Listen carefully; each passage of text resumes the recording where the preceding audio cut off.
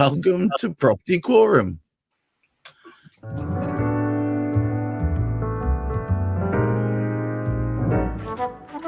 I'm afraid, ladies and gentlemen, you're stuck with the Property Quorum Massive.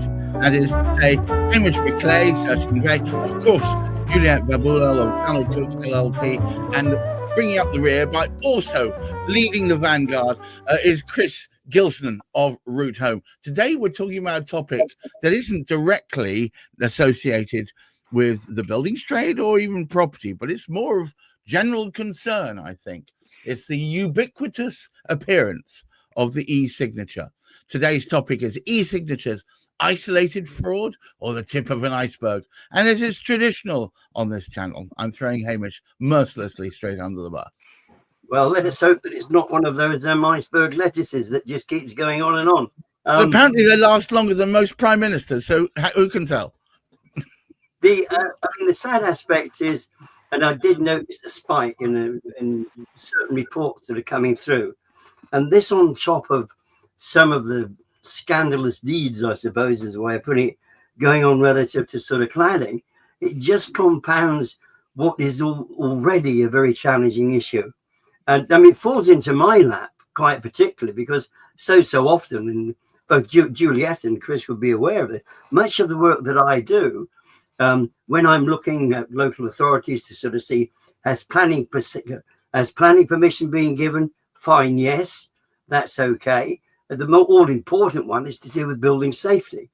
And basically somebody actually sort of saying that's actually been inspected. And the assumption was yes. Now, there have been several cases this week. Now, I've got in front of me, and this has appeared in all sorts of different places, major bank pauses lending on buildings signed off by sanctioned fire engineer.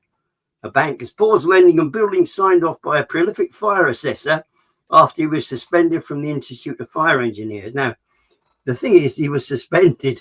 It wasn't the fact that he was suspended. The company that he was actually issuing in the name, it was a fraudulent company as well anyway. It was just stamped and reissued.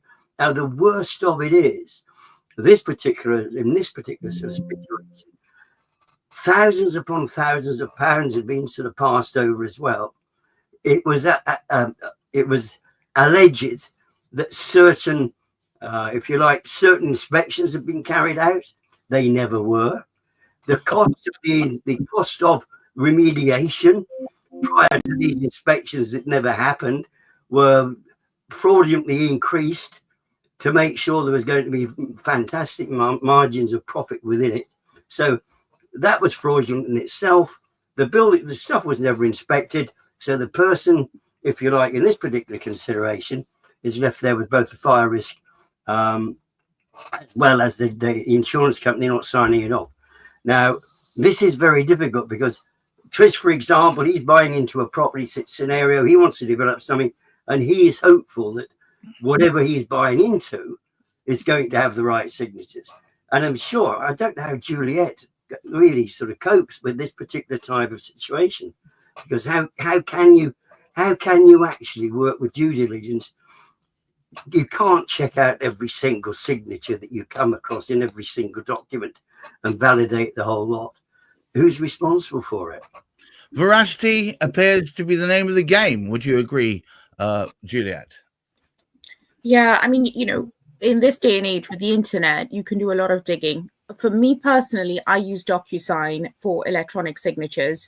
Some of my clients are all over the world, so I can't physically get them into my office to have them sign, and it's just impractical. So there are ways and means of doing it. So if, for example, funnily, I wrote an article on LinkedIn about fraudulent EWS1s where they're fraudulently signed by people.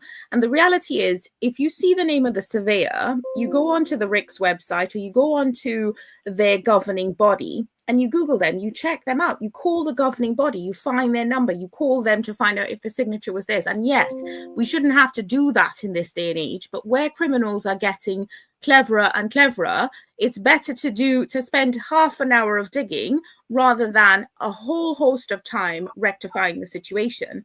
So for me, as I was saying with electronic signatures, I use a platform called DocuSign. With DocuSign, there's a built-in IP factor.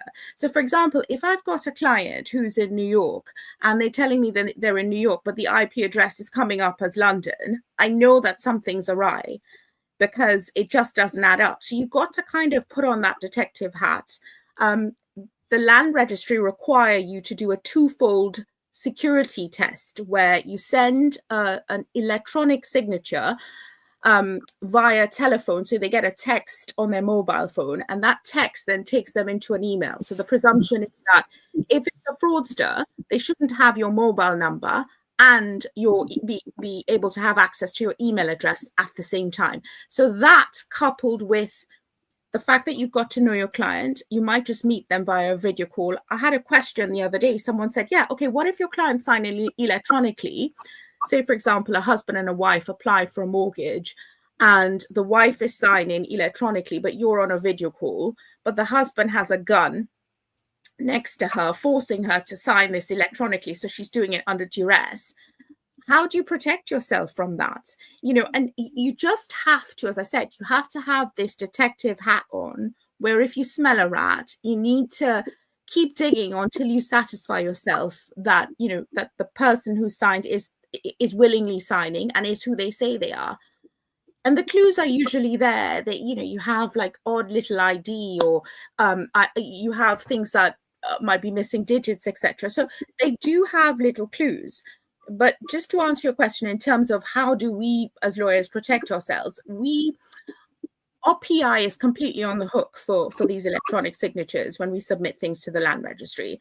The land registry seem to think that this two-tier system works, and DocuSign seem to think that, look, because we've built in all of these projections, if you have, say, for example, Gareth, you're in one part of the country, Hamish, you're in the other. I've sent Hamish a document and Gareth is your witness. The DocuSign will pull up that Gareth wasn't physically in the same location as you. So I know that Gareth couldn't have possibly witnessed that because he's not physically with you. And the system will alert me to that.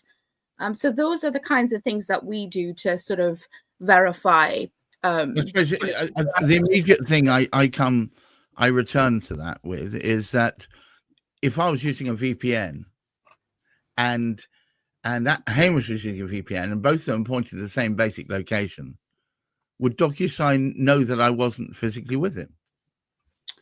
They potentially pick up that there was an intervening system, that it's not, getting the real IP address, at which point I'd ask the question, where are you and where are you? And I'd have to do some digging to find out that you really are where you say you are. Right. But it's sometimes it's sloppiness where people are super, super busy. They'll send out a DocuSign envelope and just not be bothered to check because they haven't got the time. And it's later on when someone says, oh, this was a fraud, that you actually figure that out. What I would do in a situation like that is I would say to you and Hamish, I want to call you on a video call while you're doing the witnessing. So I'm going to make sure you're physically with him. I don't want you and him on a different phone. I need you on the same video call. So, I'll find out. Let's hope nobody starts deep faking that, Chris? Now, the other thing is that just before we went on air, you mentioned in a most obvious manner that the best, the large amounts of money often have a wet signature attached. Yeah, they do. I guess it's. I mean, Juliet's already mentioned it. It's down to levels of risk. But yeah, well done for taking it to a whole new level. Juliet, I hadn't considered someone, a husband holding their wife hostage. Now we know the kind of stuff that Juliet reads when she's got her time off. That's what it is. Do you get them to encourage them to sign veto actus in certain situations? Whoa, under duress. Easy now. Yeah, well, I would ask the wife to see her by herself just to make sure that wasn't the case, But it does happen. There are cases where that has happened. It's like Juliet mentioned. It just adds a whole new level of complexity. The based on our modern world that we hadn't considered before. So in the past, you've got people in front of you signing and witnessing, and it's all there done in one place. So it's fairly straightforward, given the technological advancements over the last couple of decades. Yeah, we're in a very different paradigm, and it is new waters for all of us. So yeah, just hearing stories like that is surprising, entertaining, but also terrifying. Well, hang on a moment. Are you telling me, as a man who goes around constantly meeting new people and potentially buying their houses, that you don't come across this sort of thing from time to time? I'm not going to lie. Because what we do is such big ticket, big value stuff. Right. It attracts a lot of sharks into this industry. Yeah, absolutely. But again, there's a lot of people that own property that they just want to. It's just business as usual for them. They want to get a deal done, or they want to move out of their own home, and they're in certain prickly positions that they may need some help with. There's a lot of honest people in the world as well. Okay, putting aside your penchant for finding honest people, I'm interested in the sharks here. I want to know. I would like, and seriously, in all seriousness, there must have been times where you've thought this is getting out of control as far as e-signatures is concerned. I am open to the idea that it's corruptible. That because it's a remote transaction, it opens up the scope for fraud. In terms of, well, anyone could set up an email account, anyone could potentially hack someone's email account and change their password. I heard one story of someone yesterday who was talking about they've been locked out of their Facebook account and all of their Meta accounts, because there's like a cascade, because obviously it's all connected. And in the time that they'd managed to change both their email address and their mobile phone for their two-factor authentication. Don't know how. See, it's possible, even with big organizations like Meta. Wow. And in that. You've muted yourself, sir. Sorry, sticky fingers. That's clicky fingers even. In the time that they'd managed to get back in the 4 hours it took to try and navigate the going around in circles that you obviously going to face with an organization like Facebook and Meta, they'd managed to sell some fake tickets, concert tickets to some event for 700 quid to some of their neighbors, some of their friends in Facebook. Yeah, so it happens, and it's all open to potential abuse by it's normally just a small series of bad apples. So if things like that can happen in massive organizations with the real resources and clout to identify these types of issues, my goodness, yeah, some of the smaller e-signing platforms, or just hacking into someone's email, yeah, it's very doable. Hamish, some of the classic scams that I've been reading about recently have been trying to con people out of large amounts of money on the basis of providing a service they never receive. And obviously e-signatures lends itself to that sort of thing. Do you believe that the future really lies with an ever more propensity to use this kind of technology? I think we have to. I mean, Juliet sort of covered this in terms of, because what we have actually found, and we know this in conveyancing, is particularly people are saying all the time, oh, you've got to use data, The more we use it, the more efficient it becomes. But quite clearly, when we have to understand what Juliet needs to go through to validate the signatures and documents that she's looking at, you can't just accept it. I mean, there was quite an amusing situation, which I smiled a little bit about. First of all, this is an oddball thing anyway. Why would anybody want to connect with me on Facebook, for starters? And you sort of say, oh, that's interesting, an attractive looking young lady. I'm thinking, well, that's got to be some sort of joke attached to this particular one. I think, who the heck's that anyway? I don't know them. And you look them up, they've got no friends, no family, absolutely nothing in there whatsoever. And you think, well, where the heck's this actually sort of come from? And I think I ignored it, which I tend to do. I've got all these people, particularly on Facebook, because I don't really use Facebook. But the next thing that actually came, or why don't we connect on WhatsApp? Yes. We're going, well, and of course, WhatsApp, of course, they're looking for your phone number. And then the next thing that actually sort of came in, or send me your email address. Now, listening to what Juliet said, and both Chris have said as well, you've got your two-step validation there, or verification. If they've got you, and that's just a very, very simple thing.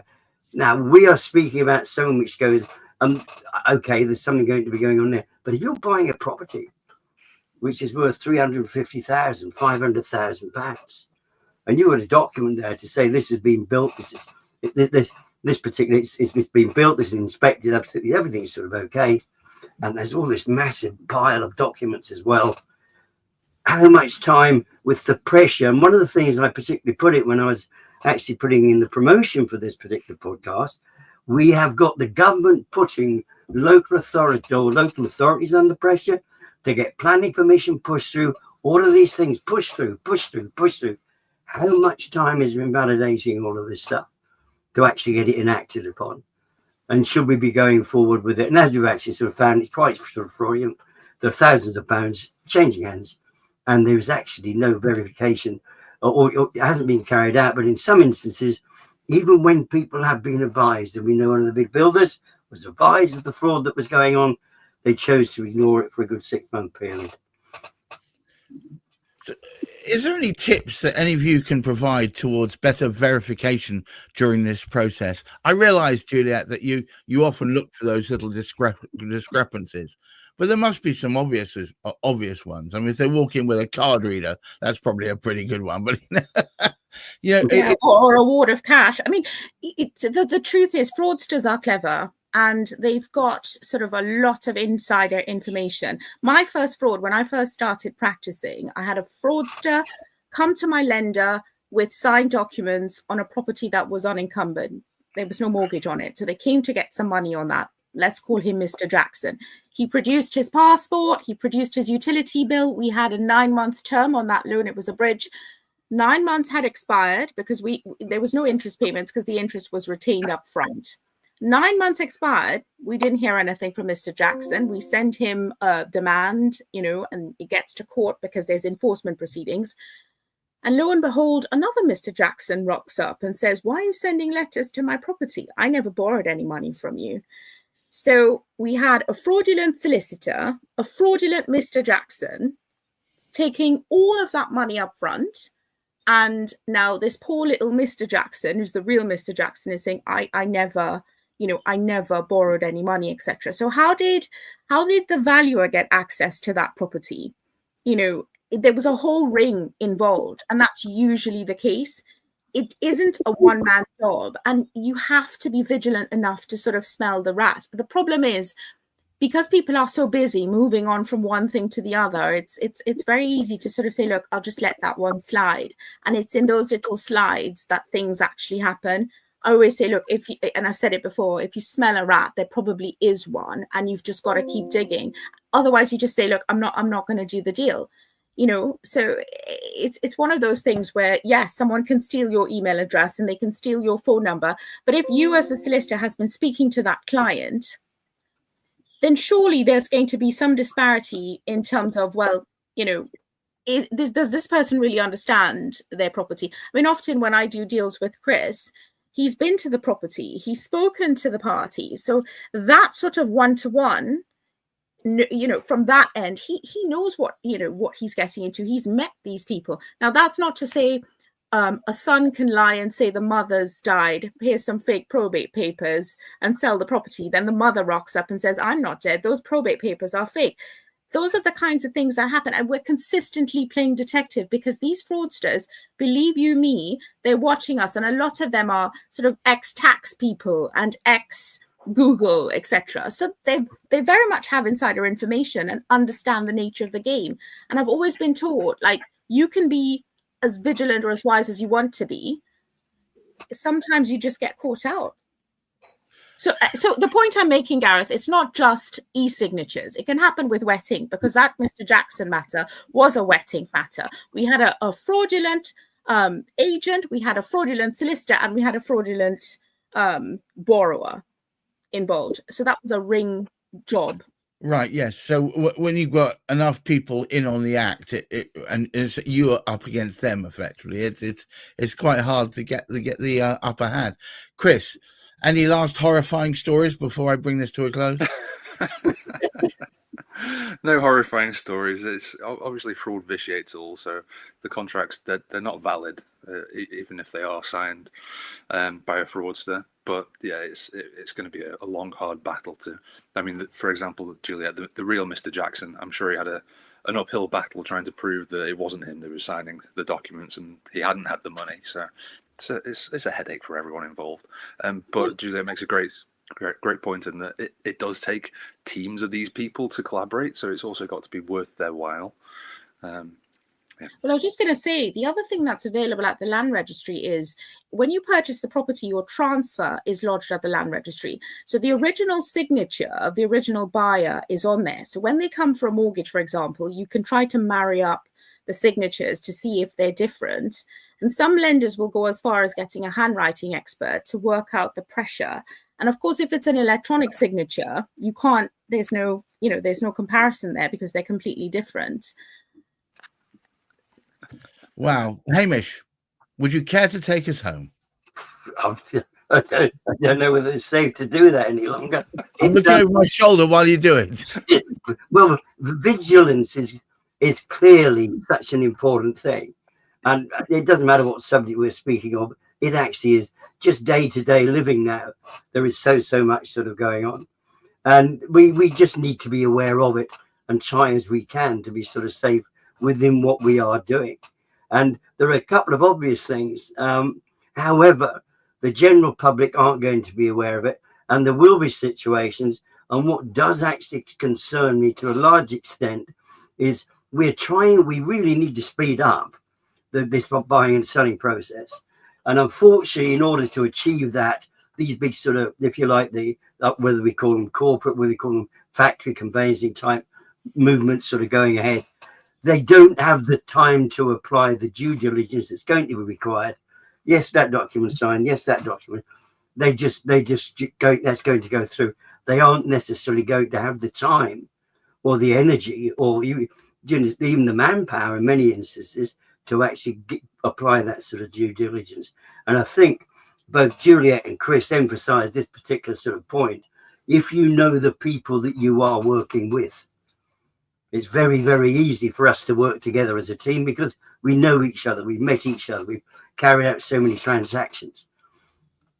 Wow. Even we can be duped, move outside of the circle that you know, and it does need that double check. But we do keep banging this drum, don't we? But it is valid, I think. If you build a circle of trust amongst people that you've seen to do the job they say they're going to do consistently, that builds a level of trust, and it's very hard to do better than that. I think veracity seems to be the enemy of alacrity. So the faster you push stuff through, the less oversight you're going to provide. And that's the problem. I think this is, as you say, this factory conveyancing, this automatic reactions to this to try and increase speed means you're necessarily going to reduce oversight. So maybe that's a warning sign. What I would say it says to everyone listening is if you can find a team like the assembled below or to my left and right, you should stick with them because these are the people you can trust because they've done it many times before in a demonstrable way. It only remains for me to say thank you so much to Hamish McLay, the brainchild behind this of Search Convey, Juliet Baboolal of Gunnar Cook LLP, and accredited and on-the-button lawyer, and of course Chris Gilsenan, the gentleman from Liverpool who knows his stuff around property development. Especially in the social space. And from me, I thank all of you for watching. And if you want to hear more tales of the unexpected, do tune in next time. Bye-bye now. Have a great time. And please look after your mental health.